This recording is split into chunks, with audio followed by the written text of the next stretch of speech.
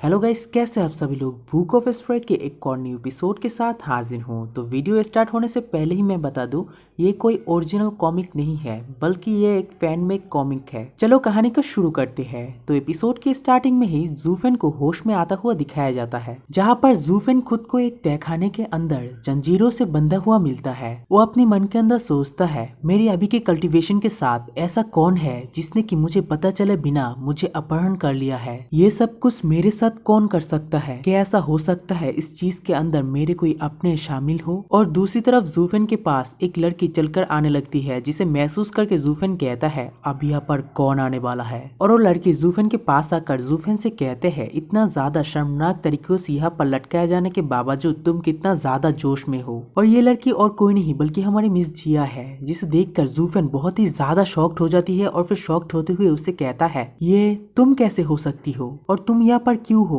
जो सुनने के बाद मिस जिया थोड़ा सा शर्माते हुए कहते हैं, तुम्हें क्या लगता है मैं यहाँ पर क्यों हूँगा? और अपने पैरों को जूफेन की दोनों टांगों के बीच में मारती है, जो देख के जूफेन बहुत ही ज्यादा डर जाती है। और फिर कहता है, बाल बाल बचा, नहीं तो मेरा मशीन गया काम से था। जिसके बाद मिस जिया जूफेन की ठुड़ी को पकड़ते हुए कहते हैं, अब मेरा समय आ चुका है बटलर। और जूफेन की आंखों की तरफ देखते हुए कहता है, मुझे तुम्हारा ये विद्रोही आंखें सबसे ज्यादा पसंद है। और ये कहने के बाद जूफेन की गालों को नोचने लगती है, जिसे महसूस करके जूफेन अपने मन के अंदर सोचता है, ये किस तरह की पावर है? ये तो बिल्कुल भी वैसी नहीं है जिस मिस जिया को मैं पहचानता हूँ। और जूफेन को दूसरे बारे में सोचता हुआ देख के मिस जिया बहुत ही ज्यादा गुस्सा हो जाती है। और फिर गुस्से से जूफेन से कहता है, तुम्हारे जैसे आदमी को मैं कैसे मेरे सामने झुका सकता हूँ, ये मुझे बहुत ही अच्छी तरह से आता है। लेकिन जो चीज मुझे सबसे ज्यादा उत्साहित करती है वो है उन लोगों को सताना। ये कहने के बाद अपनी स्पेस पॉकेट से एक 10th ग्रेड की मैजिकल वेपन को बाहर निकाल लेता है। और उस 10th लेवल की वेपन को देखकर जूफेन कहता है, क्या भारी हथियार? आहा, ओह, ये सच में बहुत ही ज्यादा डरावना है। क्या तुम इससे मुझे मारने वाले हो? जिसके बाद जूफेन थोड़ा सा हंसता है और फिर मिस जिया को गुस्सा दिलाने के लिए कहता है, हमारी लू फैमिली के जो एल्डर लेडी है वो सच में एक बच्चे की तरह है, लेकिन गुस्सा होने पर ये बिल्कुल एक सुअर की तरह दिखता है। और तुम भी बिल्कुल उनकी तरह ही हो, इसमें कोई आश्चर्य नहीं। मुझे तुम्हारे मंगेतर जियाओटिंग को मारने के लिए कई बार कई घर में जाना पड़ा। वैसे भी क्या तुम्हारे पास कोई दिमाग नहीं है जो तुम इसे देख नहीं पाए? उसे तुम्हारे फैमिली के बटलर ने ही धोखा दिया था। और आखिर में देखो क्या हुआ, तुम्हारे मंगेतर की फैमिली पूरी तरह से बर्बाद हो गया। जो सुनने के बाद मिस जिया बहुत ही ज्यादा गुस्सा हो जाती है, जिस वजह से वो उस मैजिकल वेपन यानी कि हथौड़ी की मदद से जूफेन के मुंह के ऊपर एक स्ट्राइक करती है। और वो स्ट्राइक खाने के बाद जूफेन अपने मुंह से खून थूकता है और फिर उससे कहता है, क्या तुम इतना ही कर सकते हो? और उसे चिढ़ाते हुए कहता है, क्या तुमने आज खाना नहीं खाया है, या फिर तुम्हारे जैसे पिग को आज खाना नहीं दिया गया है? जो सुनने के बाद मिस जिया बहुत ही ज्यादा गुस्सा हो जाती है और फिर उससे कहता है, वाकई में तुम तो बहुत ही ज्यादा जोश से भरे हुए हो, तो फिर चलो मैं तुम्हें थोड़ा और प्यार दे देता हूँ। और दोबारा से जूफेन के ऊपर उस हथौड़े की मदद से हमला करते हुए कहता है, तुम अपने दांतों को तोड़ने के लिए तैयार हो जाओ। और उस मैजिकल वेपन की मदद से जूफेन के ऊपर एक जोरदार हमला कर देती है, लेकिन जूफेन उस हमले को भी बर्दाश्त कर लेती है। और फिर उससे कहता है, ओ बड़ी मिस, लगता है तुमने खाना तो खाया है, लेकिन वो खाना तुम्हारे खुद के बनाए हुए बेकार खाना था, और शायद उसी से तुम्हारा पेट और दिमाग खराब हो चुका है। ही। जो सुनने के बाद मिस जिया बहुत ही ज्यादा गुस्सा हो जाती है और दोबारा से जूफेन के ऊपर हमला करते हुए कहता है, इस बार तुमने मुझे बहुत ही ज्यादा गुस्सा दिला दिया है। और उस मैजिकल वेपन की मदद से जूफेन के ऊपर हमला करते हुए कहता है, तुम चुप रहो। और उस हमले की वजह से वहाँ पर एक जोरदार ब्लास्ट होती है, जिस वजह से वहाँ के ग्राउंड चकनाचूर हो जाती है। और उस ब्लास्ट को देखकर मिस जिया कहती है, तुम्हारे साथ तो वाकई में बहुत ही ज्यादा बुरा हो गया है। और उस जगह की मलबे को देखकर वो कहती है, गड़बड़ हो गया है, क्या मैंने उसे मार तो नहीं डाला? और उस मलबे के अंदर से जूफेन बाहर निकलकर बड़ी स्पीड से उसके ऊपर हमला करने के लिए आ गया है। और मिस जिया के पास आते ही उसके चेस्ट के ऊपर एक एक्यूपंक्चर पॉइंट को दबा देती है। और उस एक्यूपंक्चर पॉइंट को दबाते हुए जूफेन उससे कहता है, तुम तो मेरे सोच से भी ज्यादा बेवकूफ हो, इतनी आसानी से मेरे बनाए हुए जाल के अंदर फंस चुके हो। अब अगली बारी मेरी है तुम्हारे साथ खेलने की।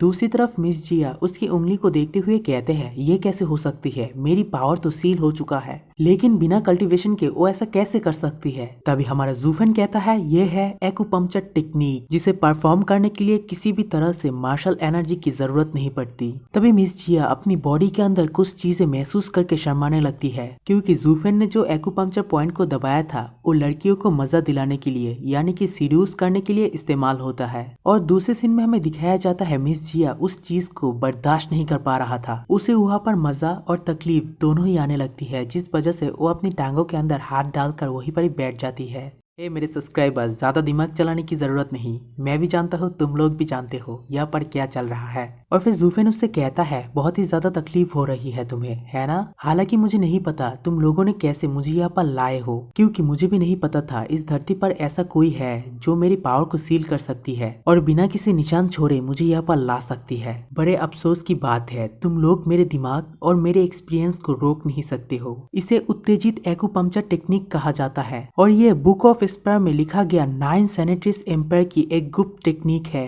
ये लोगों को बिना किसी चोट पहुंचाए पूरी बॉडी के अंदर 148 जगह पर उत्तेजित करती है और इसे लागू करने के लिए किसी भी तरीके की कल्टीवेशन और मैजिकल एनर्जी की जरूरत नहीं पड़ती है। और जूफेन मिस जिया की तरफ देखकर उसे कहता है हालांकि तुम थोड़े बहुत बदल चुके हो, लेकिन कुछ चीजें अभी भी वैसे ही है। अब इस समय तुम्हारे ख्यालों के अंदर एक छोटी सी दुष्ट चीजें भी तुम्हें बहुत ही ज्यादा परेशान कर सकती है। उदाहरण के लिए अगर तुम गुदगुदी के बारे में सोचोगे तो इससे तुम्हें बहुत ही ज्यादा गुदगुदी महसूस होगा। ये एक ऐसी स्थिति है जो किसी को इस हद तक गुदगुदी महसूस करवा सकती है जिससे लोग हंसी को रोक नहीं पाता और मरने के लिए भी तैयार हो जाती है। हालांकि ये चीजें ज्यादा देर तक नहीं रहता है, इसीलिए इस एक्यूपंक्चर टेक्निक खत्म होने से पहले ही मुझे उसका फायदा ले लेना चाहिए। इससे पहले कि वो अपनी ताकत वापस पा ले मुझे उसका इस्तेमाल करना होगा। और फिर जूफेन मिस जिया को उठने का इशारा करते हुए कहता है जबकि हम एक दूसरे को बहुत ही अच्छी तरह से जानते हैं, इसलिए तुम्हारे लिए अच्छा होगा तुम मेरी मदद करो और वो सब कुछ बताओ जो तुम जानते हो। और अगर तुम ऐसा नहीं करते हो तो मुझे तुम्हें थोड़ा कष्ट तो देना ही पड़ेगा। और इतना कहते ही मिस जिया के ऊपर वाली कुछ कपड़े को चीर डालता है, जिससे कि मिस जिया डर जाती है और उसे और भी ज्यादा डराते हुए जूफेन कहता है मैं तुम्हें गारंटी नहीं दे सकता हूँ क्या तुम दूसरे 147 एक्यूपंक्चर पॉइंट को दबाने के बाद इसके उत्तेजना को सहन कर पाएंगे। और ये बात सुनकर मिस जिया बहुत ही ज्यादा डर जाती है और इस जगह के बारे में जूफेन को बताने लगती है। ये है god realm, the cage of nightmare. इसे बहुत सारे लोग गुदरहिम का पिंजरा भी मानते हैं और ये चीज टाइम और धरती के बीचों मौजूद है और इस जगह के चारों ओर अंतहीन खाई है और यहाँ पर जितने भी मंजिल है वहाँ पर तुम्हें एक एक्सपर्ट जरूर मिलेगा जो कि उस मंजिल का इंचार्ज है। और जैसे जैसे तुम नीचे से ऊपर वाली मंजिल पर जाते जाओगे तुम्हें वहाँ पर और भी ज्यादा और ताकतवर एक्सपर्ट मिलते जाएंगे और उनके पास जितना अधिक ताकत होंगी वो उतना ही अधिक भयानक होगा। और इस केव के शीर्ष पर बैठा वार्डन और भी ज्यादा खतरनाक है, आज तक कोई भी उस तक नहीं पहुंच पाया है। यहाँ तक कि होली लैंड के लोग भी उसके सामने पराजित हो जाएंगे। वो है द डोमिनेटर ऑफ हेवन। इसलिए अगर आप इस जगह से निकलना चाहते हैं तो फिर आपको मंजिल बाई मंजिल जाना होगा, जहाँ पर आपको हर एक मंजिल के इंचार्ज को हराना होगा। और फिर अपने छिरे हुए कपड़ों को पकड़ते हुए कहता है मैं सिर्फ तुमसे एक बात ही कहूंगा, तुम्हारे अभी के कल्टीवेशन के साथ तुम एक या फिर 2 स्तर को ही पार कर पाओगे। आखिरकार मैं पदानुक्रम निचले पायदान का एक कमजोर औरत हूँ, जिस वजह से मेरे पास बहुत ही ज्यादा कम अधिकार है। और ये सब कुछ सुनने के बाद जूफेन अपने कपड़े को पहनता है और उससे कहता है क्या तुम्हारे पास कोई और कपड़े नहीं है? जिसके बाद जूफेन कपड़े पहनने के बाद दूसरे मंजिल की सीढ़ी को देख जहाँ पर जूफेन को कुछ पावर वापस मिल जाती है और तभी वहाँ पर एक स्क्रीन सा ओपन होते हुए कहता है मंजिल को साफ करने के पुरस्कार के रूप में कैदियों को जेल रो को सफलतापूर्वक हराने के बाद कुछ क्षमता को अनलॉक किया जाता है और अगर इस तरह से ही आप मंजिल को क्लियर करते रहेंगे